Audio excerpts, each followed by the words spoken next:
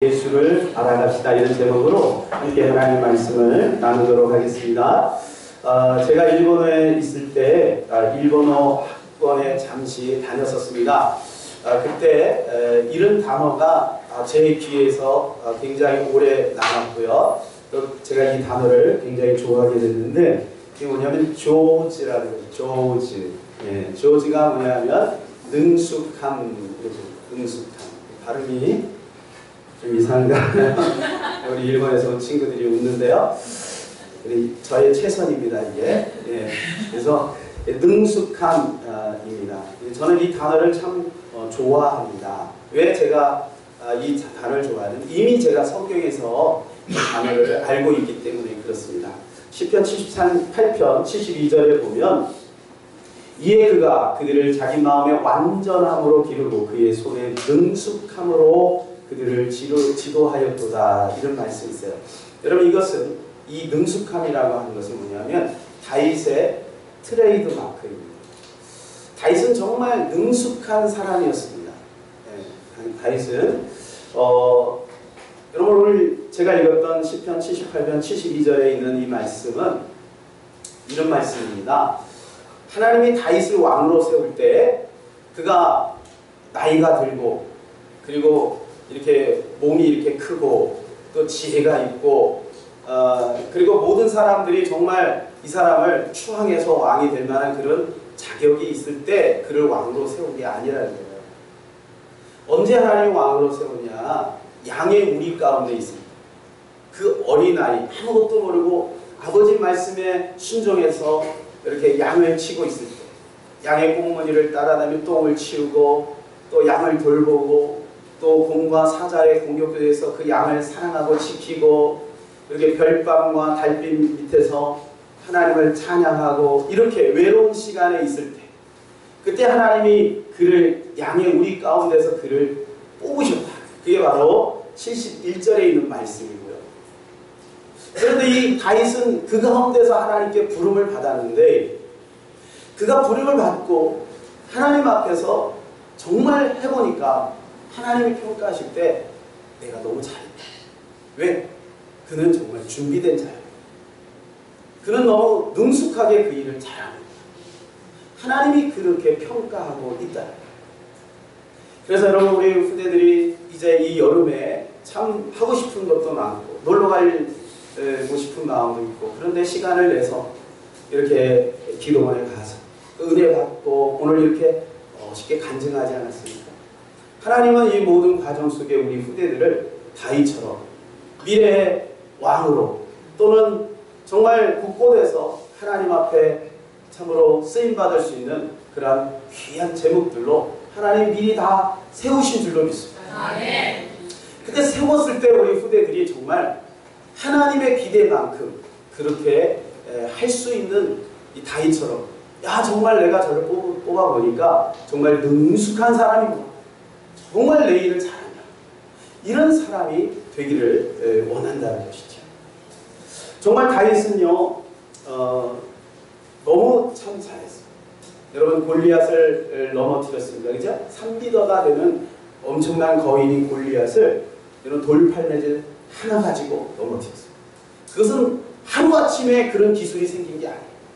가면서 하나님 앞에 막 철야하고 금식하고 막 주여 나에게 돌팔매질의 능력을 주시옵소서 이렇게 하고 생긴 게 아니라, 평상시에 그 양들을 지키기 위해서 곰과 사자가 올 때에 수없는 연습을 했어요. 처음부터 잘하지는 않았겠죠. 연습하고 또 연습하고 또 연습하다 보니까 이제는 그 맹수가 달려오는데도 불구하고 그 돌팔매질을 통해서 여러분, 그 사자와 곰을 물리쳤던 그 능숙함의 경험이 있었기 때문에 그는 그 골리앗 3m가 되는 엄청난 거인 골리앗 앞에서도 여러분 그 실력을 발휘할 수 있었다. 그러니까 믿음과 실력이 있어야 진정한 하나님의 영광을 드러낼 수 있다는 것이죠. 그는 정치에서도 마찬가지입니다. 여러분, 그가 정치하는 것은 정말 탁월합니다. 여러분, 성경을 보셨겠지만 얼마나 지혜롭게 정치를 잘합니까? 그를 대적하는 원수들에게서도 오히려 그는 사랑을, 인내하면서 그들을 품고 덕으로 정치를 합니다. 여러분 이것이 하루아침에 생긴 게 아니에요. 철야기도 한번 했더니 생기는 게 아니라 그는 광야에서요 수년 동안을 그 잡류들, 깡패들, 그 노숙자들 그들과 함께한 300여 명을 여러분 이끌고 이미 정치 연습을 했어요. 심지어는 그들이요 자기들이 손해를 보니까 그렇게 쫓았던 지도자 아닙니까? 예? 자기 리더 두목 아닙니까? 두목을 돌로 쳐 죽이려고 할 정도로의 그 정치적인 위협 속에서도 그는 흔들리지 않고 하나님을 바라보면서 여러분 거기서 훈련을 잘 했어요. 그랬더니 정말 그는 통일 왕국을 이뤘어요. 지금도 여러분 이스라엘 백성들은 다윗 시대의 그 시온의 영광을 꿈꾸고 있습니다. 여러분 이스라엘 역사를 보면 다윗처럼 왕성하고 다윗처럼 여러분 그 모든 주변에 있는 나라에 조공을 바치지 않고 오히려 조공을 받고 그렇게 했던 시대가 없습니다. 그것은 왜 그러느냐?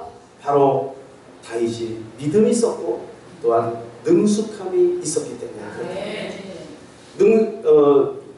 이것은 바로 뭐냐? 다윗이 그것을 위해서 그냥 몸부림을 쳤기 때문에 그냥 되는 것이 아니고 몸부림이 있었다는 거예요. 몸부림. 여러분이 몸부림을 제가 국어사전에서 한번 찾아보니까요. 이렇게 되어 있습니다. 있는 힘을 다하거나 감정이 격할 때에 온몸을 흔들고 부딪히는 일. 이게 몸부림이래요. 잠잘 때 이리 뒤척 저리 뒤척하는 거. 이게 몸부림이고요. 어떤 일을 이루기 위하여 또는 저항, 고통 따위를 견디기 위하여 온갖 수단과 방법으로 애씀을 비유적으로 표현하는 것이 바로 이 몸부림입니다. 여러분 이 몸부림, 이 다윗의 이 몸부림, 이 다윗의 몸부림을 우리는 한번 배워봐야 됩니다. 저는 오늘 본문에서 우리 예수님이 우리를 향한 너희를 향한 몸부림의 주님의 과제를 한번 듣게 됩니다. 주님 우리를 향하여 너희는 나를 위해 몸부림을 한번 쳐 이렇게 말씀해 주고 있습니다. 여러분 몸부림을 좀 이해시키기 위해서 한 가지 예를 들겠습니다. 여러분 한화 아시죠? 한화? 우리 여자분들은 아마 잘 모르실 거예요. 야구를 좀 아시는 분들은 한화가 지금 나름대로 선전하고 있다는 것을 알 수 있습니다. 여러분 한화가 작년 시즌에서는요 완전히 꼴찌였습니다. 꼴찌. 예. 그런데 이 하나는요 저도 당연히 진다고 생각을 했어요. 우리는 어차피 지는 팀이야 이렇게 생각을 했다는 거예요. 그런데 감독이 바뀌었습니다. 김성근 감독으로 바뀌면서 그때부터 사람들이 기대를 하기 시작해요. 정말로 하나가 지금 나름대로 선전을 하고 한 중간 정도 이렇게 되고 작년보다는 완전히 다르죠. 근데 이 김성근 감독이 하나를 지도할 때 선수들과 어떻게 선수들을 이렇게 가르치냐면 그들에게 성공에 대한 몸부림을 치도록 합니다. 승리에 대한 몸부림을 치도록 합니다. 어떻게 하면 예를 들어서 어떤 선수가 나가서 삼진아웃 당했어요. 그러면 옛날 같으면은 오늘도 안 되는구나 이렇게 포기하고 그냥 집에 가는데 그 선수를 따로 부른다. 자, 너 오늘 삼진아웃 당했지? 그러니까 배팅 연습 한 200번 아니면 1000번 하고 가. 그리고 김성근 감독은 자기도 퇴근하지 않고 그 자리에서 지켜보고 있다. 그러면 그 선수는 여러분 피곤한데 남아서 시키면 나머지 공부하는 거 아니에요? 그러면 얼마나 기분도 나쁘고 자존심도 상하고 그러겠습니까? 그런데 거기서 몸부림을 가르쳐줘요. 그래서 배팅 연습을 계속합니다. 그리고 다음 경기에 나가면 승리를 위한 몸부림을 치게 됩니다. 그러고 나서 안타를 한번 탁 날리고 나면 나도 할 수 있구나 이런 생각이 듭니다. 그렇게 선수들을 지도하니까 이 선수들의 마음속에는 승리를 위한 근성이 생기기 시작했다. 여러분 이것이 바로 우리 하나님이 우리에게 알려주고자 하는 몸부림입니다. 여러분 우리가 하나님의 자녀이고 주님의 은혜 속에서 살아갑니다. 그런데 날마다 실패의 자리에 있고 날마다 다람쥐 쳇바퀴 돌듯이 그렇게 살아간다면 여러분 그것은 우리 하나님이 우리를 향한 마음은 아닙니다. 주님은 우리의 삶 속에서 뭔가 승리를 위한 그리고 원수와 싸워서 이기기 위한 그러한 몸부림이 있기를 원하신다.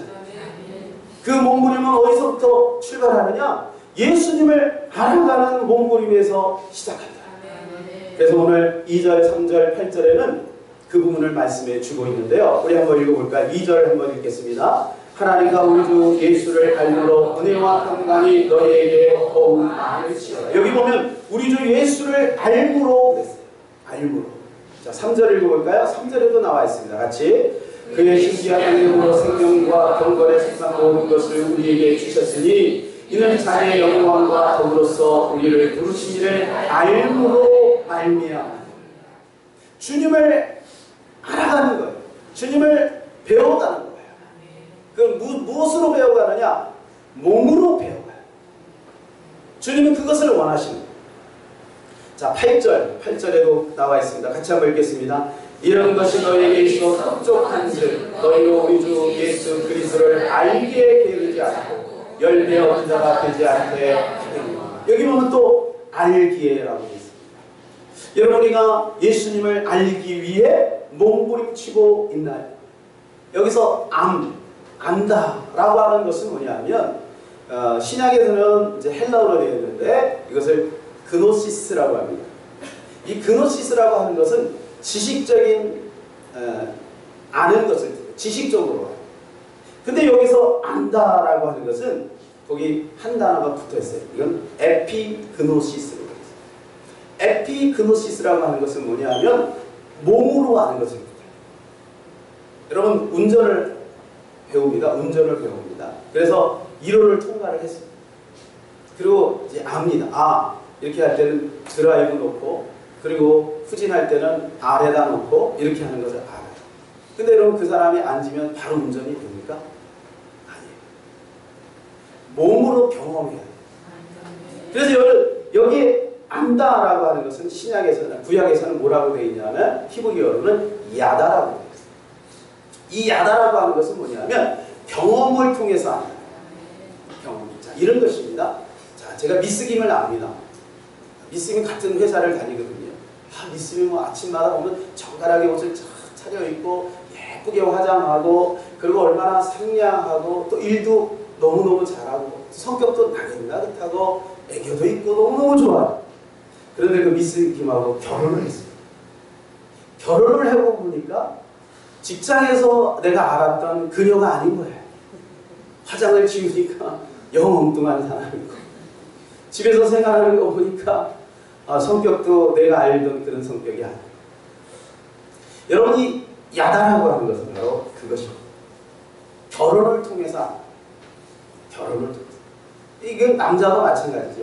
여자들이 알고 있던 그 멋있는 미스터 박, 막상 결혼을 보니까 내가 알고 있던 미스터 박이 아닌 거죠.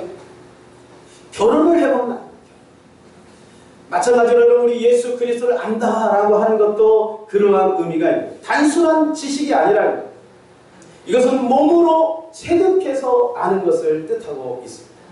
그래서 저는 오늘 두 가지 몸부림에 대해서 한번 살펴보려고 합니다. 첫째는 예수의 실체를 알기 위한 몸부림이고, 두 번째는 예수의 성품을 알기 위한 몸부림입니다. 첫 번째는 예수의 실체를 알기 위한 몸부림. 여러분, 예수님은 누구인가요? 여러분, 우리는 예수님이 누굽니까? 라고 얘기하면 쉽게 대답할 수 있습니다. 왜? 너무나도 잘 알지. 예수님에 대해서 모르는 사람이 어디 있습니까? 너무 잘 알죠. 하나님의 아들입니다. 성부, 성자, 성령, 삼위일 중에서 제2위이신 하나님이십니다. 세상 사람들은 뭐라고 얘기합니까? 그분은 4대 성인 중에 하나님. 정말 훌륭하시죠? 이렇게 압니다. 여러분, 우리가 이렇게 안다라고 하는 것은 그냥 지식적인 것입니다. 진짜로 예수님을 아는 것은 그와 나와의 관계 속에서 알 수 있는 것이죠. 왜냐하면 예수님은 우리 때문에 오신 거예요. 우리가 없었다면 예수님 오지 않았어요. 예수님은 우리 때문에 오셨어요. 또 하나님이 우리를 사랑하시기에 예수님을 이 땅에 보내신 거죠. 그러니까 우리가 예수님을 안다라고 하는 것은 바로 뭐냐면 하나님의 사랑을 받아들였다는 거죠. 여러분, 그래서 우리가 예수님을 알 때 이런 경험적인 예수님 하나님과의 사랑의 경험 속에서 우리가 하나님을 알아가야 합니다. 이것을 좀 더 우리 좀 구체적으로 표현하기 위해서 이번 주 우리가 큐티 내용을 한번 조금 살펴보도록 하겠습니다. 이번 주 큐티 내용은 두 가지죠. 하나는 뭐냐면 하나님 만나는 단계, 제사법에 대해서 쭉 말씀을 해주고 있습니다. 또 하나는 뭐냐면 제사장의 옷과 그리고 모세의 중보 기도 이렇게 되어 있는데요. 자, 여러분 그림을 한번 볼까요?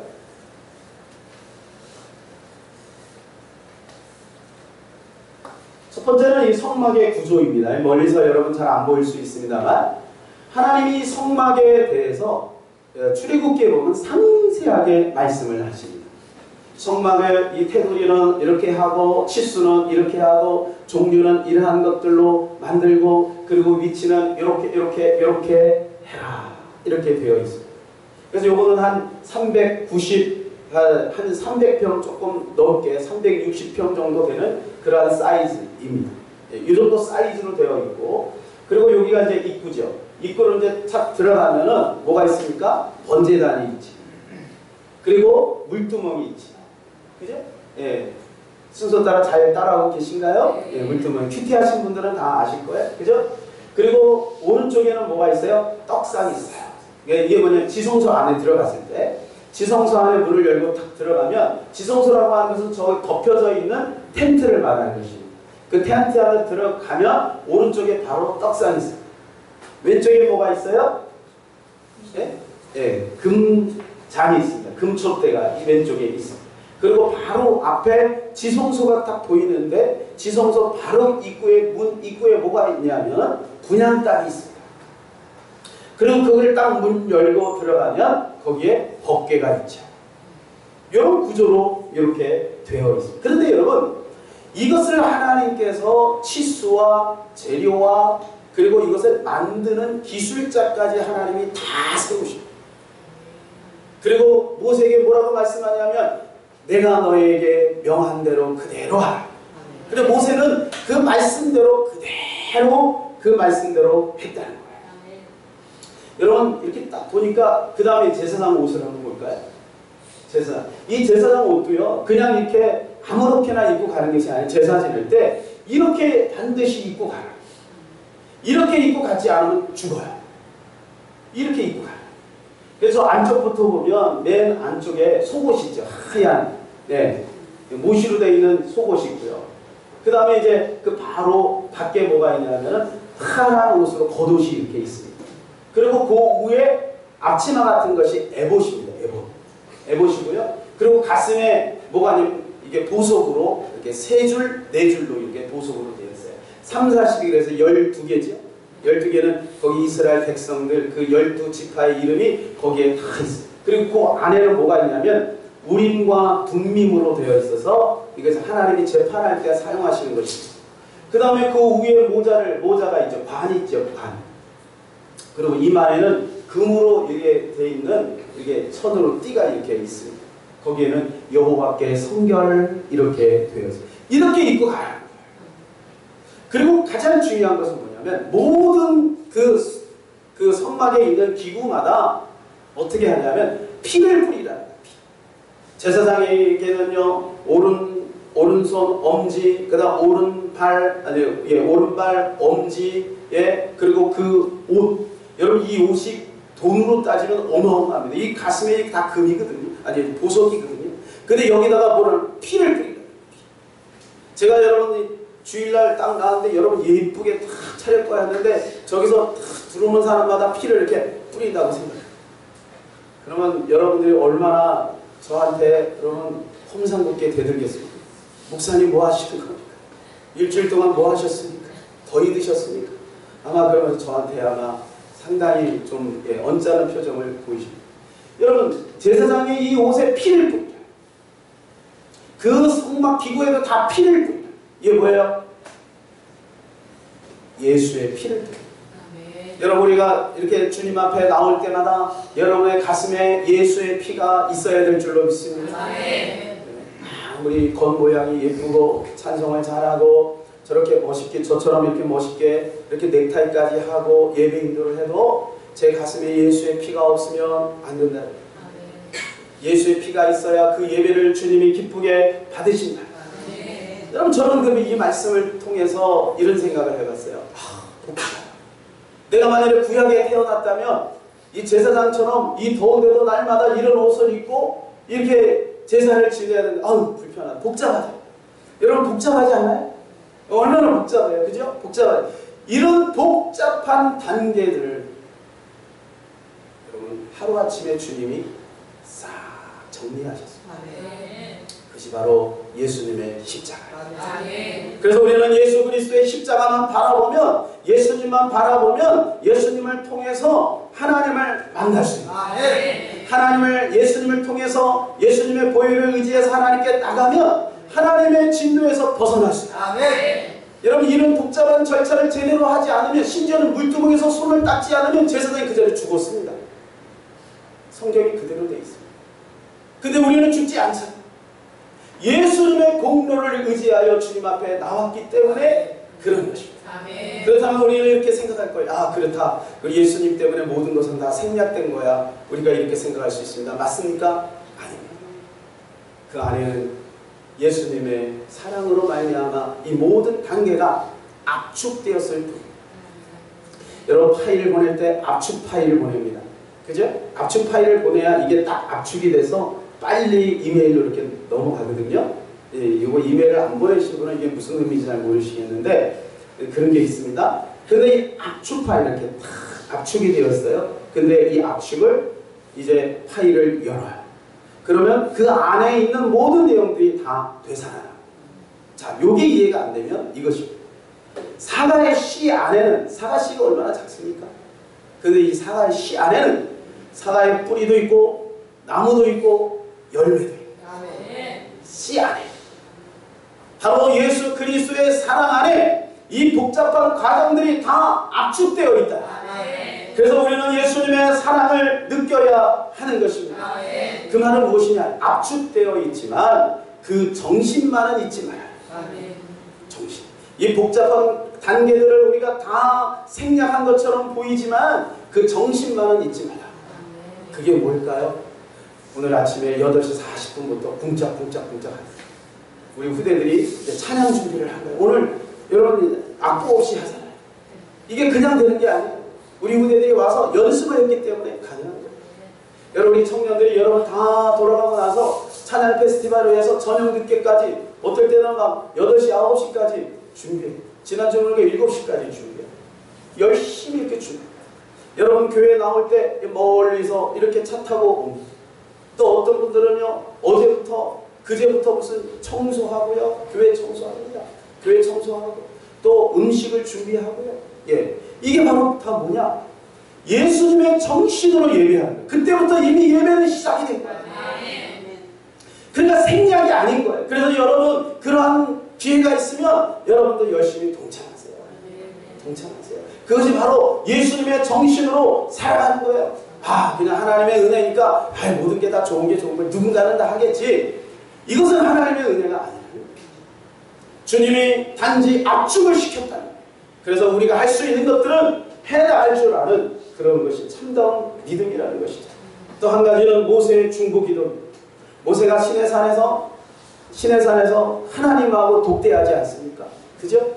여러분, 큐티를 다 하시는 줄로 믿습니다. 여러분, 완전히 새로운 것을 이렇게 보는 것처럼 저를 그렇게 보시면 제가 당황스럽습니다. 네. 내려오니까 어때요? 시내산에 내려오니까 백성들이 뭐 했어요? 우상숭배를, 금송아지를 만들고 우상을 막 섬기고 있어요. 그랬더니 하나님이 얼마나 진노를 하십니까? 모세에게 말씀합니다. 야, 모세야, 내가 너희들 싹쓸이 이스라엘 백성들 다 진멸해버릴 거야. 그리고 너를 통해서 내가 다시 시작할 거야. 그때 모세는 하나님 앞에 중보기도해요.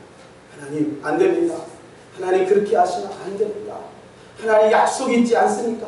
하나님, 만일 그렇게 한다면 여러분, 저 원수인 애국 사람들이 뭐라고 말하겠습니까? 야, 저들이 믿는 여호와라고 하는 신이 이스라엘 백성들을 광야로 내몰더니 거기서 다 죽여버렸다. 이렇게 소문이 나면 어떻게 합니까? 하면서 하나님의 이스라엘 백성들을 향해서 하나님의 마음을 달래버립니다. 여러분 이게 모세의 중복이다. 모세의 중복. 여러분 여기에서 우리는 예수님의 사랑, 이것이 바로 예수님의 사랑. 예수님 오늘도 하나님 보좌 우편에 앉으셔서 여러분 우리를 위해서 그렇게 기도하고 있다는 거예요. 하나님, 저 박 목사가 실수가 많고 연약하고 모자라잖아요. 그런데 나를 보고 용서해 주세요. 나의 십자가 있지 않습니까? 나의 십자가 보고 용서해 주세요. 여러분 보면서도 여러분 하루에도 우리는 12번씩 얼마나 많은 죄를 짓습니까? 마음으로, 생각으로, 입술로, 눈으로, 귀로 얼마나 많은 죄를 짓습니까? 그때마다 하나님이 진노하셔가지고 이놈들 안 되겠다, 내가 싹 쓸어버려야 되겠다, 이렇게 할 때마다 주님은 앞에 나서 하나님 안 됩니다. 나의 십자가가 있잖아. 나를 보시고 저들을 용서하여 주시옵소서. 이렇게 주님이 말씀하십니다. 여러분 근데요, 그 다음에 참 저는 은혜를 받았어요. 이게 뭐냐, 모세가 이제 진에 내려왔잖아요. 내려와서 이제 일상생활 속으로 들어갔죠. 그런데 하나님, 이 모세는요 회막을 조그맣게 만듭니다.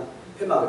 그래서 이 진이라는 게 있어요. 12지파가 이렇게 있는데 이 진 밖에 상당히 떨어진 곳에다가 회막을 하나 만들어 놓고 거기에서 하나님하고 독대하는 거예요. 그때마다 하나님의 영광의 구름이 임하는 거예요.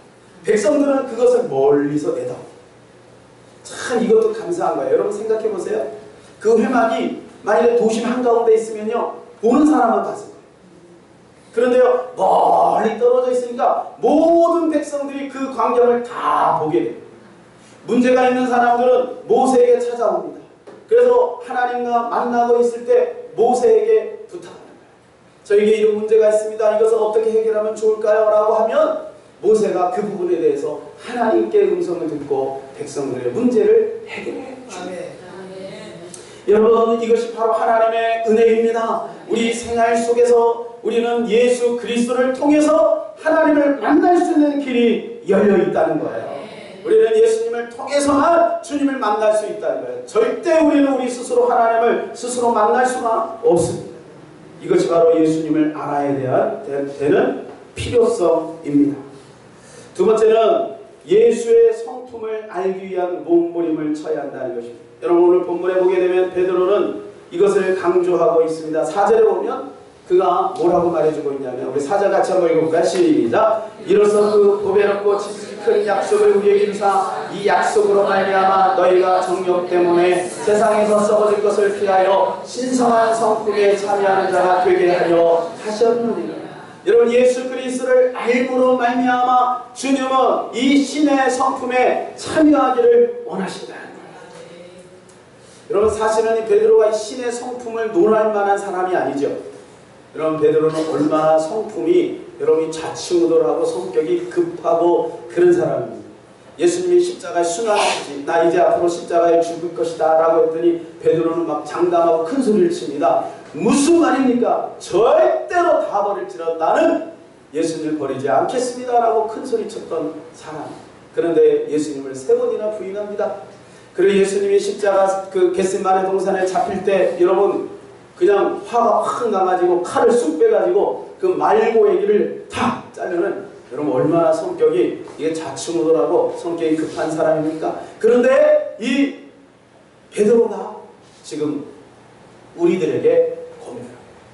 너희들은 신의 성품에 참여해야 한다라고 이야기하고 있습니다. 그럼 이 구체적으로 신의 성품이 무엇인가? 그것이 바로 5절에서 7절까지입니다. 우리 같이 한번 읽겠습니다. 시작! 그러므로 너희가 더 힘써 너희 믿음의 덕의 지식의 절제를 인내를 인내의 경건에 형제우애 사랑을 더하라.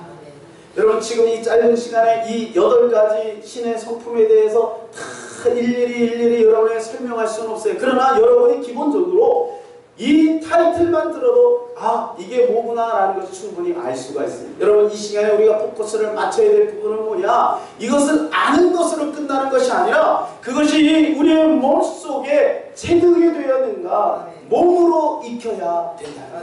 몸으로 익혀.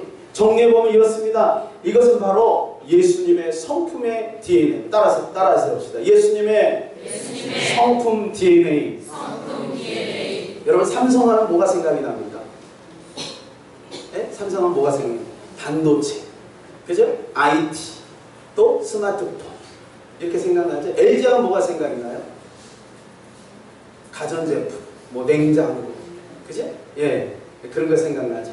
예, 또 여러분 뭐 여러 가지 있죠? 예, 그러면 여러분 우리가 예수님 하면 뭐가 생각이 나요?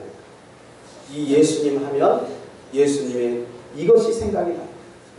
예수님 안에는 이것이 이 8가지가 숨어있다. 8가지 성품이 숨어있다. 또한 이것은 바로 뭐냐면 성품의 점진성을 뜻합니다. 자, 7절 하반절에 보면 뭐라고 되어 있습니까? 사랑을 뭐하라? 더하라. 이렇게 더하라. 더하라는 거예요. 여러분 믿음에서 출발을 해도 결국은 어디까지 가야 되느냐? 사랑까지 가야 된다. 믿음은 뭐냐? 새싹이라고 하면 사랑은 열매라는 거예요. 여러분 아무리 믿음이 있어 산을 옮길 만한 믿음이 있어도 사랑이 없으면 아무것도 아니에요. 결국은 사랑으로 가야 된다는 거예요. 우리 후대들이 이번에 은혜를 많이 받았습니다. 이제 이 은혜가 어디에서 꽃이 펴야 되고 열매가 맺혀져야 되느냐? 사랑으로 성화가 돼야 돼요. 사랑으로 나타나야 된다는 거예요. 사랑으로 나타나요. 그런데 여러분 베드로는요 좀 더 구체적으로 이야기합니다. 이 8가지가 반드시 꼭 있어야 된다.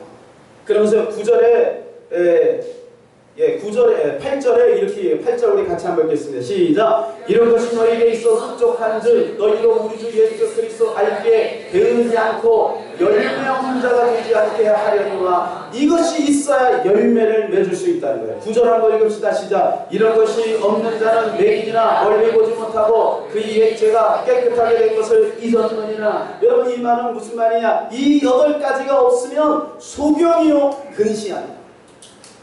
소경이요 근시. 자 10절에는 이렇게 말합니다. 10절 같이 읽겠습니다. 그러므로 형제들아 더욱 힘써 너희 부르심과 택하심을 굳게 하라. 너희가 이것을 행하듯 언제든지 실족하지 아니하리라. 이것을 행함으로 구원을 이루어 나가고 이것을 행함으로 구원을 굳히기에 들어가게 된다. 이것을 행할 때 그리고 11절에 이렇게 말합니다. 11절 시작. 이같이 하며 우리 주 구주 예수 그리스도의 영원한 나라에 들어감을 넉넉히 너희에게 주시리라.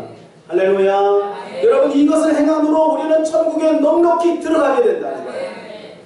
간신히 들어가는 한편 강도처럼 들어가는 것이 아니라 넉넉히 들어가기를 원합니다. 여러분 대학도요 간신히 들어가는 사람이 있고 넉넉히 들어가는 사람이 있어요. 직장도 마찬가지죠. 여러분 실력을 가지고 넉넉히 들어가는 사람이 있어요. 여러분 우리는 천국에 들어가는데 넉넉히 들어가야 될 줄로 믿습니다. 간신히 누구 말대로 개털모자 쓰고 가면 안 돼요. 하나님 앞에서 기쁨으로 영광스럽게 여러분 그 안으로 들어가야 돼요. 여러분 등산을 하려면 그냥 할 수도 있죠.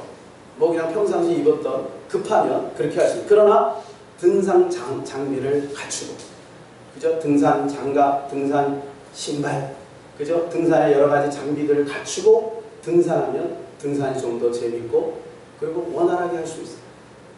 여러분 수영도 마찬가지예요. 우리 어렸을 때는 수영을 어떻게 했느냐? 그냥 빨개 벗고 했어요. 아주 우리 어렸을 때 초등학교 때는 빨개 벗고 그냥 했어요. 뭐 그때는 뭐 그렇게 살았으니까. 그리고 이제 조금 커서는 창피하니까 팬티만 입고 그냥 했어요. 그런데 여러분 수영을 할 때 수영복을 제대로 입고 한다면 또 수영이 달라집니다. 여러분들 수영 선수들이 수영을 하는데 이 수영복 하나가 수백만 원, 수천만 원. 여러분 이게 뭐 이거 헝겊 조각이고 이게 왜 이렇게 비싸? 그런데 그게 과학적으로요. 다 그게 있대요. 여러분 축구 선수들이 축구 하나 이거 준비하는데요. 축구 하나가 수백만 원 합니다. 예. 이게 그 포지션에 따라 다 다릅니다. 마찬가지로 여러분 우리가 축구를 할 때 그냥 동네 축구 하듯이 그렇게 아무거나 신발 신고 이렇게 할 수도 있겠죠. 수영할 때도 그냥 대충 이렇게 할 수도 있겠죠. 그러나 여러분 제대로 다 입고 하면 얼마나 보기가 좋고 또 신나고 또 실력도 나오고 점수도 나오지 않겠습니까?